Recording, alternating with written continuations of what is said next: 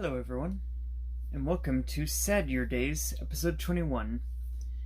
Today's show is about introverts and extroverts, and I guess anything in between, technically. And for this writing prompt that I also participated in the story. I don't know if my submission is necessarily sad, but I'll include it anyway because, hey, I want to share everything I do. The premise is, okay, so there's a few writing prompts, such as end your story with the line, "I'm never going out with you again," or "Are you coming out tonight?" or things that an introvert might expect to hear from an extrovert, or maybe something where someone thinks someone is extroverted, but they're actually introverted, or vice versa.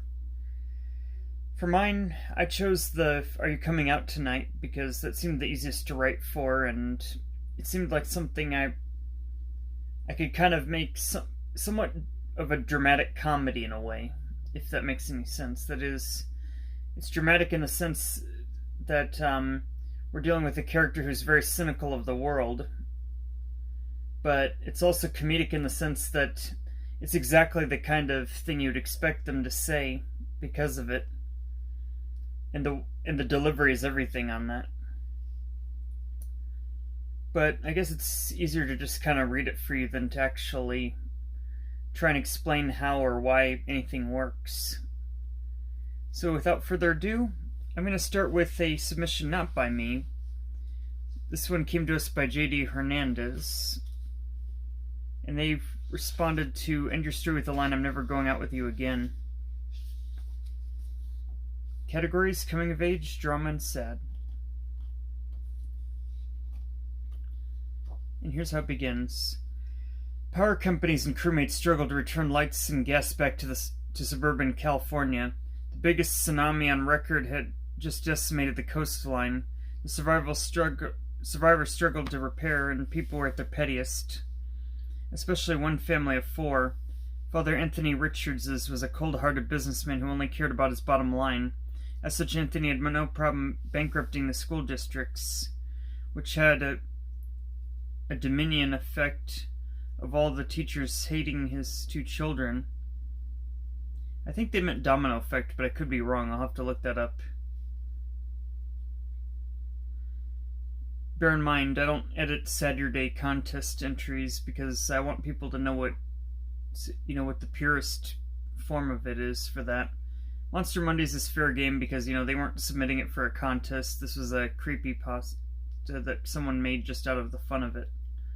That's where the Sadurdays and Monster Mondays differ in that sense. So if there's any choppy grammar or just parts that don't seem like they flow well, that's intended to be part of the show.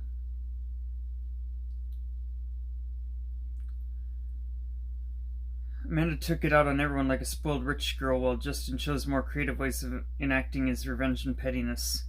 Normally it was a prank or rude rumor that never traced back to him, so when the girl he sort of likes began to mock him in public, he snapped. It all started when pretty girl Lindsay had rolled her pretty blue eyes. Who in the right mind would date someone who thinks they're God?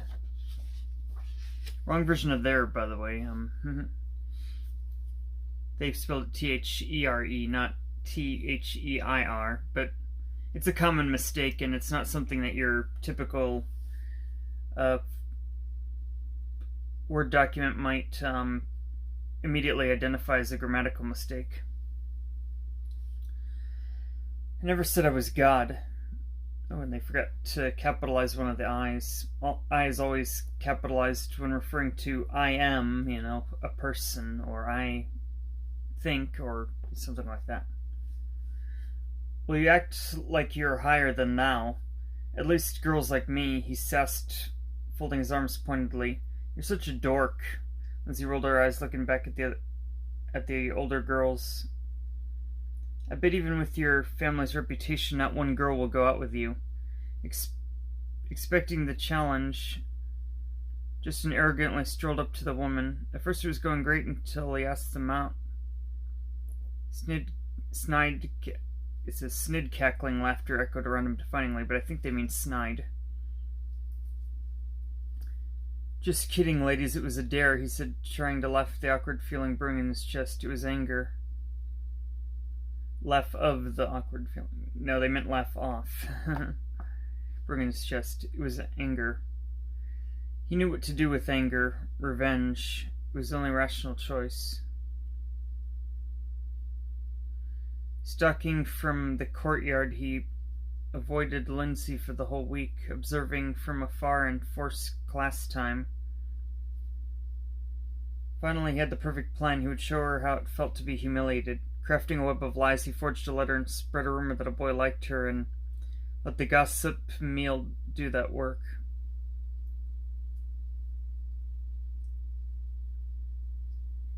I think he means gossip mill. It was the day of the big soccer game that his plan fell into motion. Justin stared out from the bleachers. His plan would go into action about now. The letter would be found by Lindsay, who would then ask out Matthew, who would in turn turn her down. The reason Justin was sure Matthew would turn her down is because he was gay. Justin had known this since last summer when he overheard a conversation. As if on cue, Lindsay ran away in tears. Justin happily went about the rest of his day. In his mind, it had been no big deal. What? Amanda needed to grow up. However, to Amanda it was a devastating blow, the epitome of embarrassment. After almost a week, Lindsay still hadn't returned to school. Justin never expected his rival not to return to school. Sulking the whole way home, he made a choice. Stepping off the bus, he walked to the nearest convenience store. Slowly he searched for anything that would cheer her up. In all honesty, he loved her teasing. Maybe he had gone too far to been too mean. And they forgot one of the O's in two. Looking for something she would like, he settled on a stuffed cat with her and her favorite starburst. From there he headed to her house. Once there, he stood awkwardly in front of it until the door opened and he came face to face with her older brother. "Can I help you? Is Lindsay home?" He didn't even capitalize her name in this. Wow. "Yeah, but she's not feeling great." "Oh, okay. Can you give her this and tell her it's from Justin? I live 2 houses over." "Ugh, thanks," Justin said, shoving the items into her brother's hands as he ran off down the road towards his house out of sight. Her brother found the whole thing amazing and gave the items to Lindsay, who parked up in the next day to school. In the next he returned to school, much to Justin's delight. He did his best to be nice and polite to her. After a couple of days, he worked up his nerve to finally ask her out. Thrilled she had agreed. The two were becoming inseparable. And with the N of school came summer and an endless amount of freedom as other parents worked and weren't home to watch them. Occasionally, Lindsay's brother would check in on them, but for the most part they were left to their own devices. It was fun and wild like teen love should be. They were their first date and went to the movies for another. Lindsay and Justin had started doing everything together, including and not limited to attending Sunday services. Their family, the Bible and sermons were beginning to get to him because he had done a lot of things wrong to people over the years. To him it had always been funny, nothing more than another joke. However, after looking at it from someone else's perspective, it wasn't very fun or nice, or even a good thing to have done. It was sad to say he was developing a conscience. And they by day, not day by day, is what slowly began to wear him out. Despite these feelings of confliction, life was nice. It was the last few weeks of summer, going on about their 7th date.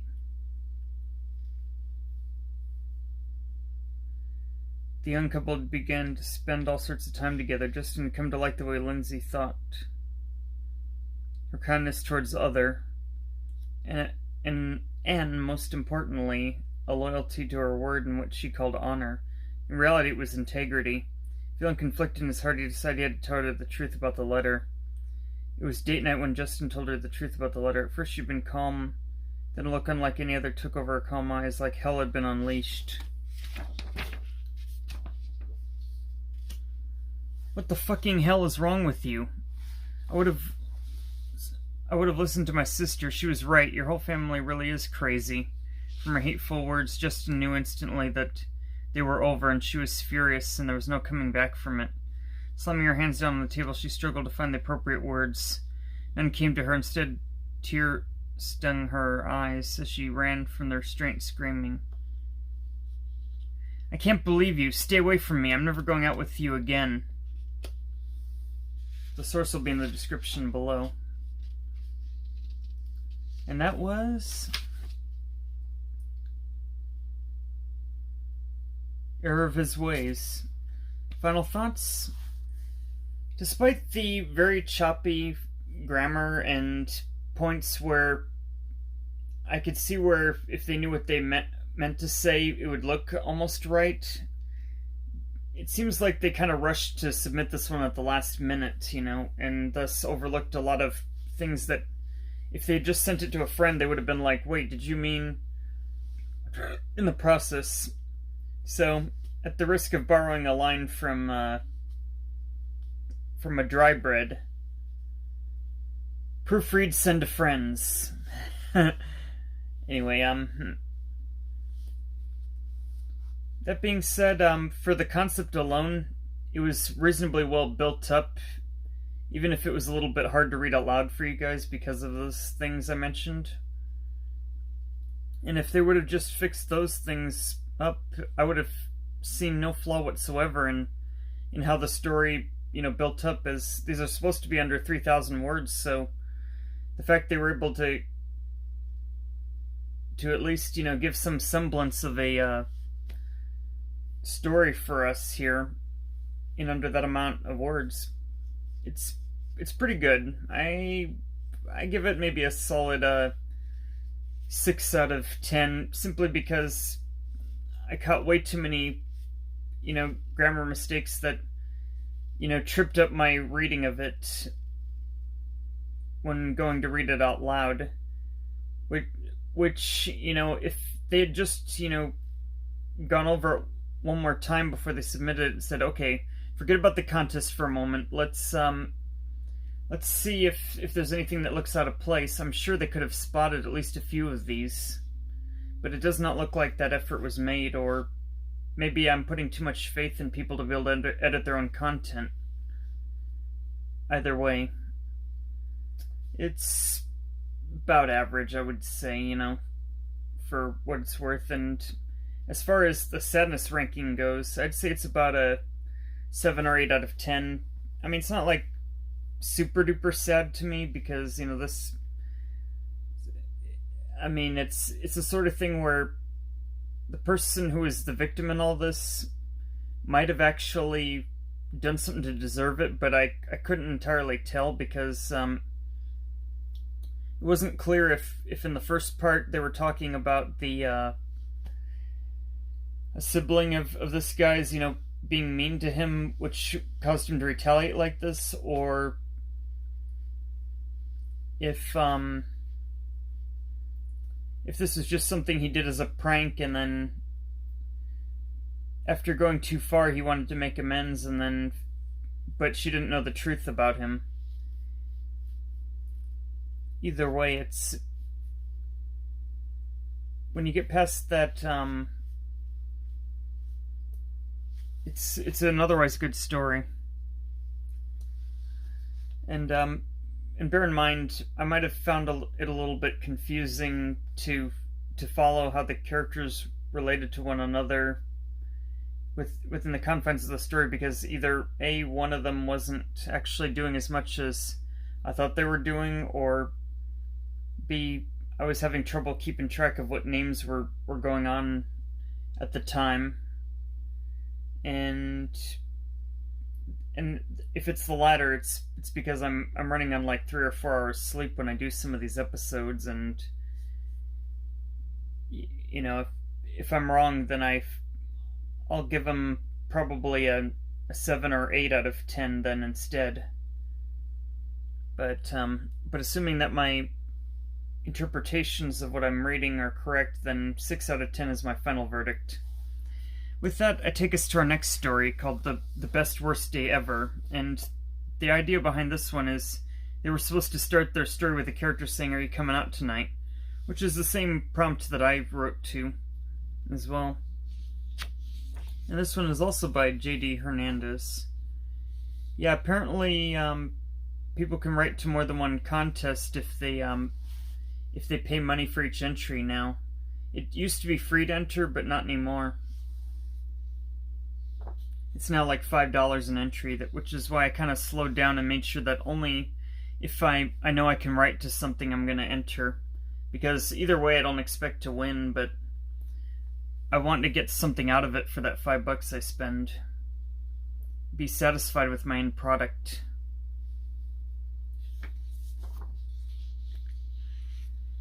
Alrighty, and here's how it begins. Are you coming out tonight? Marcus asked, staring at the oncoming traffic. His friend Cassidy made a face. I guess. It's over on Moreau, right? Cassidy said, signaling for him to run. They darted across the street, barely making it in time. Marcus rubbed his arm sheepishly. Please come, it'll be fun, I promise.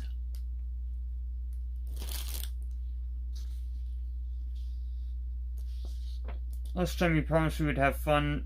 We had to outrun the cops. You're nigh, or stupid dog.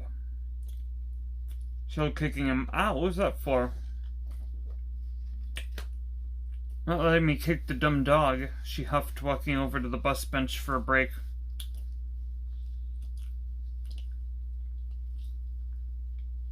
Only like 5 sentences in, and already I'm starting to get a little confused as to what they had intended to say there. I mean, you're nigh, or stupid dog. Did they mean your neighbor, or, you know? Rolling his eyes, Marcus followed after her and flopped down on the bench, waiting to make sure she still wasn't angry. He waited before he spoke. I would say maybe wasn't still angry would be the order for that, but I could be wrong. It just rolls off the tongue a little better for me, but then again, our spoken grammar is often worse than our written grammar.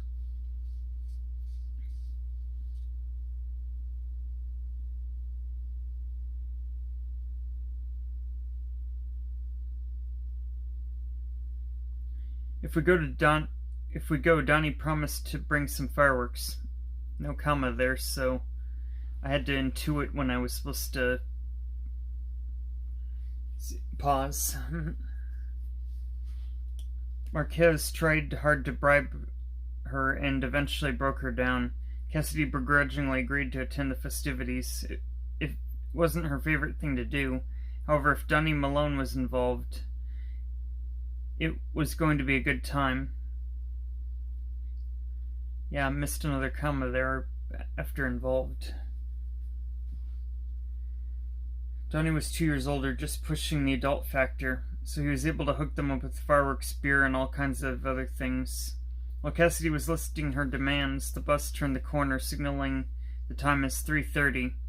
Waving the bus driver on, she stood up, agreeing to meet him at his house at 5 sharp.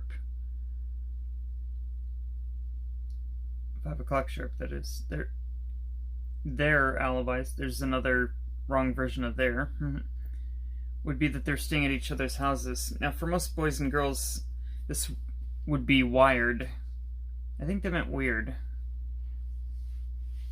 However, the two had grown up side by side.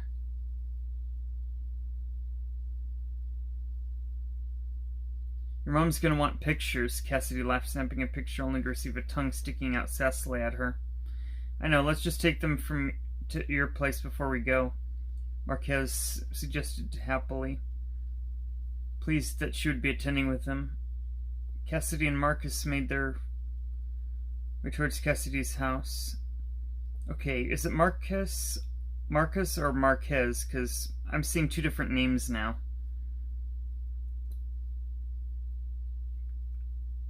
She unlocked the door and ran upstairs to talk to her mom, and ran back down to pillage the kitchen, snatching up all the good foods, and in Menchie's they had made tons of snacks, put them in a bag, and snatched up some drinks and left the house.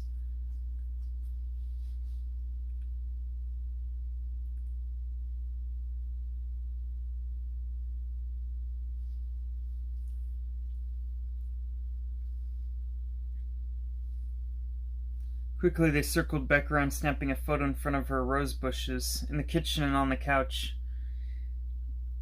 After that, they had headed to Marcus's house and played the same charade. The whole entourage and the fact that he had made to escape the world was eventful and hilarious. The scene they were met with was even more hilarious, considering half the people had their faces painted like at a kids' carnival. Anna Marie, one of Donnie's best friends, ambushed them and made them let her paint their faces. Marcus went with a cat while Cassidy went with a butterfly. Thanks, Anna. Okay, I don't really have a suggestion for that, but that did not read right to me in my head. You're welcome, she said, snapping a picture of them. Remember, we're not here. Oh, got it. Anna said, untagging the photo she was about to post. You guys want to see my new pet? She said, pulling out her phone. Enthusiastically, she rattled for the next 20 minutes before Donnie came and saved them. Donnie and what one would call a big person... Donnie and what one would call a big personality, which meant he likes to go big. Yeah, that feels like two sentences got blended together there.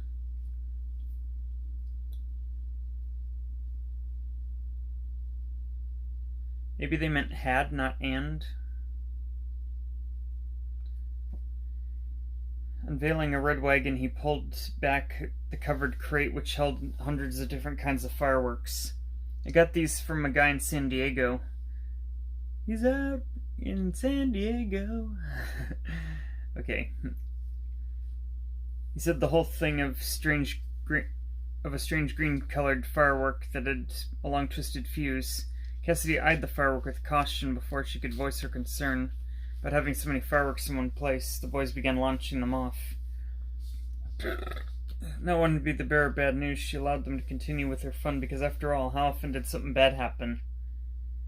As if to lower into false sense of security, the first few fireworks went fine, and they went off with a bang, filling up the whole night sky.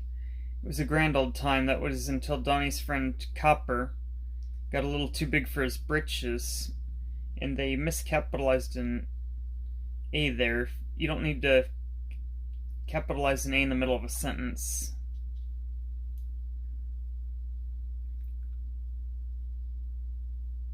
And picked up one of the big as he was lighting that one. In his free hand, he had picked up a Roman candle and lit it. Chaos and pain into it after that. With an instinct, he dropped the Roman candle into a box of fireworks, sparking a chain reaction. That's a chain reaction. Like a bomb had been dropped, each firework reacted. It was a mad scramble of 10 teens in varying directions. Boom, blast, pop. They punctuated every sound effect. They could have commented at least the first couple. Trees and fire flew about in a fiery destruction that rains down upon them. Cassidy and Marquez did their best to avoid the falling flames. Anna Marie was not so lucky, as a piece of falling fire had landed on her shoulder and singed a golf ball-sized hole into her flesh. Her head also taking damage, shortening it into a bob on one side. Frantically they ran from the chaos, not knowing that Copper and 3 others were dead or dying. The whole mountainside was ablaze. That spread fast, fanning around them like a plague. It ate up everything it touched. Frantically the survivors scattered, running from the flames.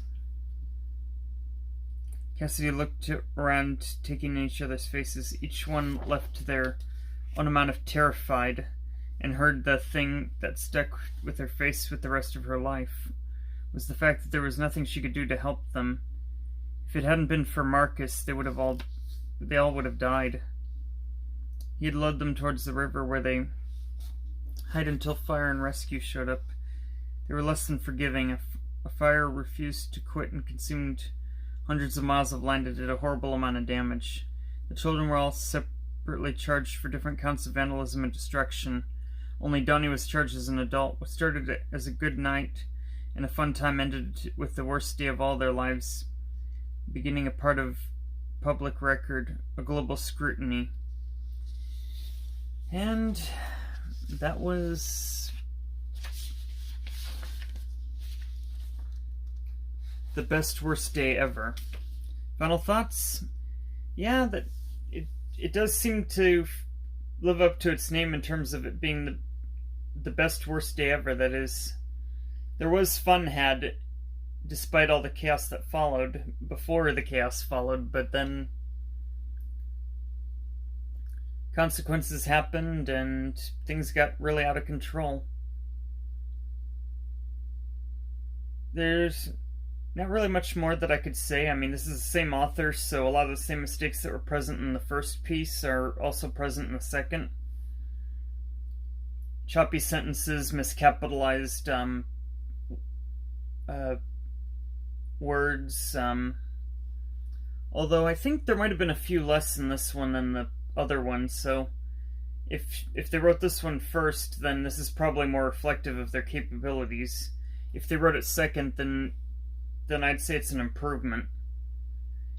Either way, for overall intriguing concept that they explored, and with the limitations set forth of the 3,000 words, or at least 1,000 words had to be done, but no more than 3,000. They did a pretty good job of it, so I'm going to give this one a 7 out of 10. I mean, the grammar errors still take me out of the experience, but at the very least it seems like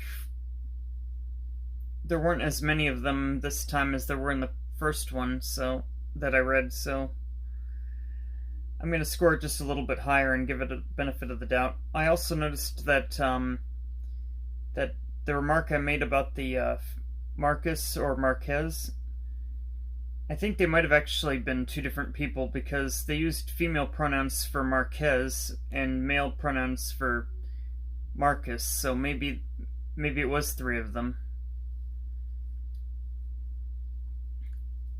Anyway, using similar names like that, however, could easily throw off a more casual reader, so if it can be helped, better to try and choose names that aren't too similar, so the plot lines are a little bit easier to follow. It's just my advice for what it's worth. But bear in mind, I'm also the same author that saw fit to have twins Kit Kit and Kit Kat, have their own book. And unlike the Thundercats, Kit Kat is actually the female, not the male in this one. Whereas Kit Kit is the male. Versus the Wily Kit and Wily Cat, where Wily Kit is supposed to be the female, Wily Cat is the male. Anyway, with that out of the way, we now turn to my submission. And because it's my submission, I'm not going to give it a rating scale, because that's kind of a conflict of interest here.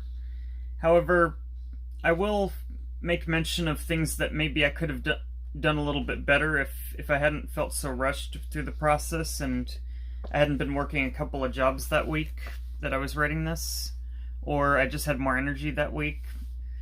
Yeah, I've been kind of low energy lately. But, and then I'll also mention some of the things that I thought were pretty well executed. In this one, I wasn't necessarily trying to make something that was sad, even though this show is Sadurdays. I just wanted to kind of have something that was a little more, how do I say, funny, but also kind of dramatic in a way. So, we'll see how well I pulled that off here. And like the previous one, I answered to the prompt, "Are you coming out tonight?" "Are you coming out tonight?" was the message from my well-intentioned but oblivious friend Lauren. Sometimes I wonder why I hang around her, or what she sees in a guy like me. We made it clear we have no feelings for each other. She likes sports, but I don't particularly care about them. Tell me the score if you must, but being the only one in my family born in the state leaves me wondering about my loyalties when it comes to such shallow things. Maybe, that was my response. Oh, come on, no, it'll be fun. Fun for who, Lauren? Just give it a chance. If you don't let yourself live once in a while, you'll miss out on life. And what if I find it an utter waste of time? You know, few can handle the truth.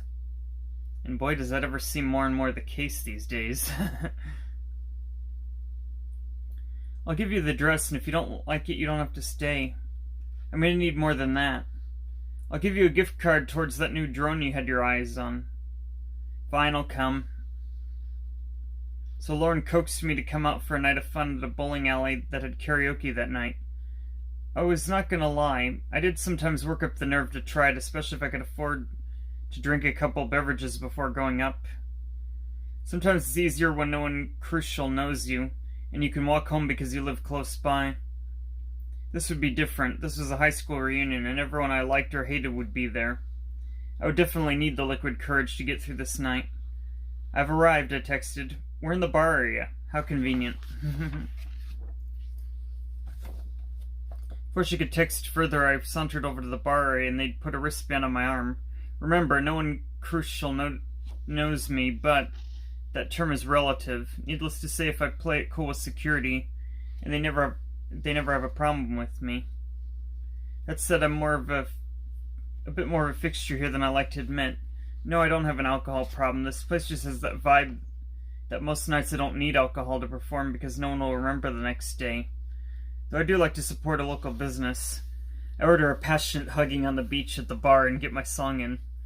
That was kind of a joke or reference to r/, where he can't say sex because he'd get demonetized, but since this video isn't monetized, I don't have to do that.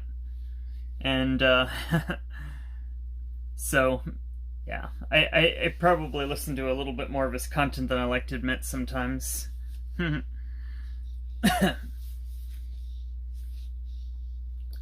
This drink feels unusually strong, or maybe it's the atmosphere.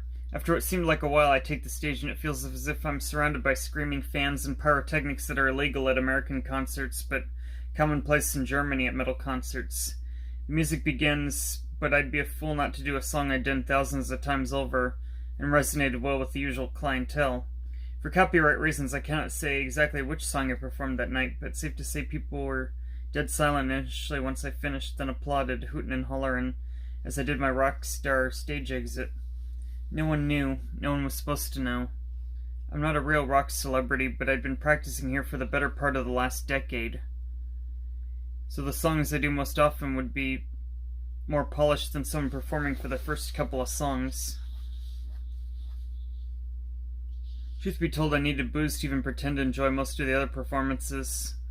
I suppose karaoke was supposed to be a tone-deaf paradise, but it's my equivalent to church since I don't feel like I fit in with any specific faith. I'm too independent for that, I guess, or absent undeniable proof one way or the other, I'd rather live as if life is the only thing close to heaven any of us will ever know, and thus I must make it so. That being said, it was both painful and somewhat satisfying to finally have something I could do better than the ones I grew up with. They were all brighter or more muscular than me, or so it appeared. Maybe we were all stupid back then in high school. I cannot know for sure. My thoughts were interrupted by Lauren, who'd just finished her performance. And while she wasn't precisely tone-deaf, anyone could hear she was nervous as a mouse being stalked by a cat when singing. I never would have figured, since it was her idea to come out here, and she's super extroverted. Wow, you made it look so easy. What do you mean? I mean, I've never seen you look so confident amid a crowd. I had a cocktail before going up. It's not that impressive. No, but I mean the way you could sound so well rehearsed and as well as calm. The others had thrice as many drinks as you just to get up there. And it shows. Hey now, we can't all be a rock star. I'm not one. I just did a song I've been performing here for the last 10 years. I'm pretty sure if any of you kept the habit, you'd sound better than me. That's your problem. You never had any confidence about anything. I didn't know what else to say in the moment. However, I had to admit, it kind of felt good to be complimented on something for once. And for once I'd come out of my shell to people I knew. Then again, it could have been the alcohol talking. Ah, nature's hug. And speak of the devil, her arms are around me now. She drank a Singapore throw. If that was her first drink ever, she's going to have an awful time keeping her head up. I better call her a ride back when we're done. Then again, she lives pretty far and I don't want to chance she'll not make it home okay.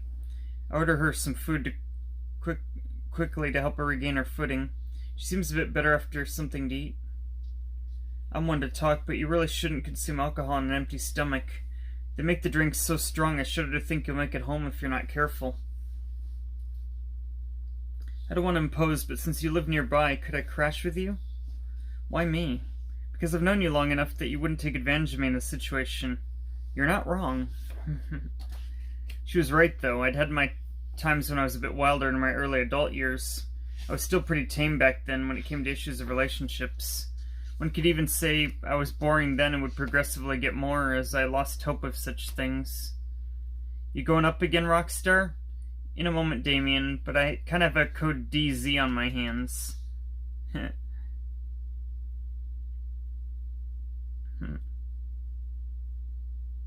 Hey, I think she likes you a lot. Nah, some just get affectionate when drunk. I've seen it before. Damien wasn't anyone I'd exceptionally bonded with, just the athletic one who tried to push me to stay active till we graduated.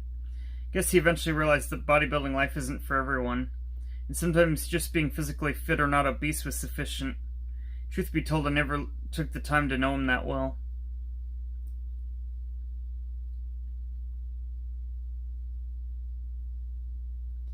I went keeping an eye on Lauren back to the stage so she didn't fall off her chair. Once more, I followed up with a song. I felt a little more in the mood to sing, to vent how I initially felt in coming out here. To no one's surprise, they ate it up. It must have been the alcohol. A couple hours had passed, and as far as I could tell, no one but Lauren and I had done less than 2 drinks by this point, even if they sipped it slowly. After that, the night was finally over, and Lauren was able to walk, but still wobbly. I brought her home and let her rest on my bed, and I took the couch. I put a bucket next to the bed just in case, but luckily she didn't seem to need it. Of all the people singing that night, she had the voice of an angel, even if she was nervous. I'd be lying if I said I didn't have fun that night, so, Lauren, you won the bet. You don't have to give me that gift card. Now that I think about it, could there in fact be some chemistry between us? Because we know the other isn't out for anything. In particular, we've built a bond in this platonic relationship. Not gonna lie, seeing her sleep so peacefully on my bed, it's kind of cute. But rules are rules. Only couples share the bed if they are the opposite sex. Besides, I'd rather we both be of sound mind before furthering bonding takes place. The next day came and we both had a mild headache, though I was shocked to have woken up with Lauren's arms around me on the couch. Morning, Noah. Did you have fun? Yes, I did. Wonderful. Well, I ordered us some breakfast. Thanks. I reached out to give her the typical breakfast cost for my share, but she pushed my handful of money away. No need. You came out on my invitation, so I should pay for this. If you insist. As we ate our breakfast, I thought about the activities we could do since I rarely have company over. No, I thought there was an interesting exhibit at the local museum. Maybe you'd like to go with me. Oh, I never pictured you to be into that sort of thing. And I never pictured you to be the type to get up on stage and sing like a pro. You got me there. Ironic we've known each other since elementary school, yet how well did we truly know one another? She smiled as I hailed us a mobile ride into town. Even if I did drive, it would not be wise to drive a car within 24 hours of drinking. Once at the museum, I couldn't help but notice how she admired the exhibits of mammoths and other prehistoric creatures. Lauren, do you ever wonder what ancient civilizations would think of our current world? Not particularly, Noah, but it must have been interesting living in a time when you could paint on the walls and it wasn't graffiti to them. True. I don't think I'd have survived as a hunter back then.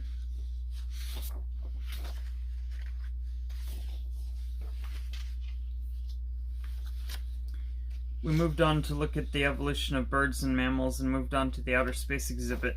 My eyes lit up seeing various planets. Just then I overheard a person asking if any of the telescopes could see past Uranus. To which an astronomer confirmed they didn't have that. I wonder how often they have to keep a straight face when people ask such sophomoric questions. Just wondering such is okay, though he pronounced it like the rectal cavity rather than something made of urine. Then again, I suppose you're in us is just as juvenile if said the same way. My thoughts were interrupted when I noticed a glaring exhibit that showed Pluto is no longer a planet. To think we'd been taught an incorrect fact as kids. Suppose it shows my age, as we were also taught blue blood cleans the red blood in our bodies in elementary school. Can't believe my scientist parents just went along with it. Then again, they probably knew they'd get called in if I got into an argument with my teacher over scientific facts. Yeah, that's true.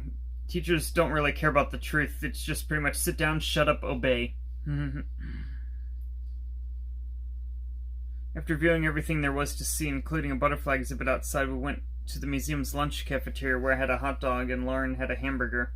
Lauren giggled as she watched me eat my hot dog. What? I always wondered if you were gay. I'm eating a hot dog. There's nothing gay about it. Not that, just you never seemed interested in anyone in high school from what I could tell. I was too mature for the people around me, I think, and while the company I did keep felt more like family to me than friendships. Makes sense, I guess. I never understood why society placed so much emphasis on who was getting engaged. Last night I saw a bunch of people who had jobs that let them have a family. Ah, yes, to get a job worth having, you have to know people these days. Or stay ahead of trends and be capable of running your own business and developing your own apps. Yeah, but the key is never to give up. I'm sure you'll find something soon. The No I Know never gives up. I was a kid then and much less educated. Nevertheless, you seem otherwise happy when I see you. Because you help me forget what's in my head, else I'd have never gone out that night and risked embarrassing myself. There was a momentary pause in the conversation. Noah, do you ever think because we go way back and have gained trust in one another, it might be more special than the relationships that are romantic? Perhaps, Lauren. I mean, it's kind of nice having just one person I can confide in without worry of judgment. I agree, Noah. It is like having a living teddy bear you can confide your darkest secrets in. It'll still remain fluffy and huggable. Somehow her words brought a blush to my face as I thought of how to respond. Perhaps there's more to life than having a wife and kids. Sometimes I thought. Sometimes we just need that one friend who's there for us. Well, I should be getting home soon. If you need me to be your teddy bear, come by when you want. But for what it's worth, I'd rather we be sober the next time you come. Lauren nodded in understanding as we walked outside and waited for separate ride shares. I watched the sunset as I went home. It was a pretty fun 24 hours for what it was worth, and I'd do it again. And that was fun and games. Final thoughts? It's okay. I mean, as I said before, I can't really give it a star rating because that's a conflict of interest here, or a 1 to 10 rating. But what I will say is, I liked that, unlike some of my other fictional pieces, some that have been shared here and some that haven't, I didn't make the named character a guy named Adam, nor did I make any mention of such character in this story. Secondarily, I like the fact that I didn't necessarily go to the point of, someone had a horrible life, someone, died, someone... anything like that. Instead, I kind of gave the character a happy ending, but also I made them at least semi-believable in terms of how they would respond if they were more introverted. Though where I think I was a bit lacking is maybe the character dialogue on the female a bit. I mean, while I didn't sink into the typical stereotype of, oh, she's a woman, she's thinking about her anatomy all the time, at the same time, it almost seemed like the two characters were pretty much the same character, but just a different body type otherwise. And so I feel maybe making a gendered character more believable as someone that's more like their gender is something I could stand to work on. However, it is pretty progressive that in some aspects that I'm at least able to avoid the stereotypes that most of those r/men writing women posts will have. But then again, that's a subreddit for people who write, female characters really badly, like so bad that anyone with half a mind should realize, no, that's absurd. So I'm basically comparing myself to the absolute lowest of the low. But that being said, this has been our show. Thank you for tuning in, and hopefully at least one of these stories has moved you or in some way enriched your understanding of life. And to the person I read 2 of their stories that I critiqued here a bit, I'm not trying to be mean or, hypercritical or anything. I mean, these are the types of mistakes that I had to learn to get past when I went through college and university. But yeah, I mean, it makes a very good case for why someone should have some kind of a grammar tool to help them out with these. I'll be honest, I don't think my pieces would be half as good if I didn't have an automated grammar tool. And while it's not 100% perfect, it still makes it so much easier, especially since it's easy to overlook where you're supposed to put the comma. That could have been avoided with something like Grammarly that I use. But anyway, this has been Sadurdays, and this is the Forsaken Scarab signing out. Bye-bye.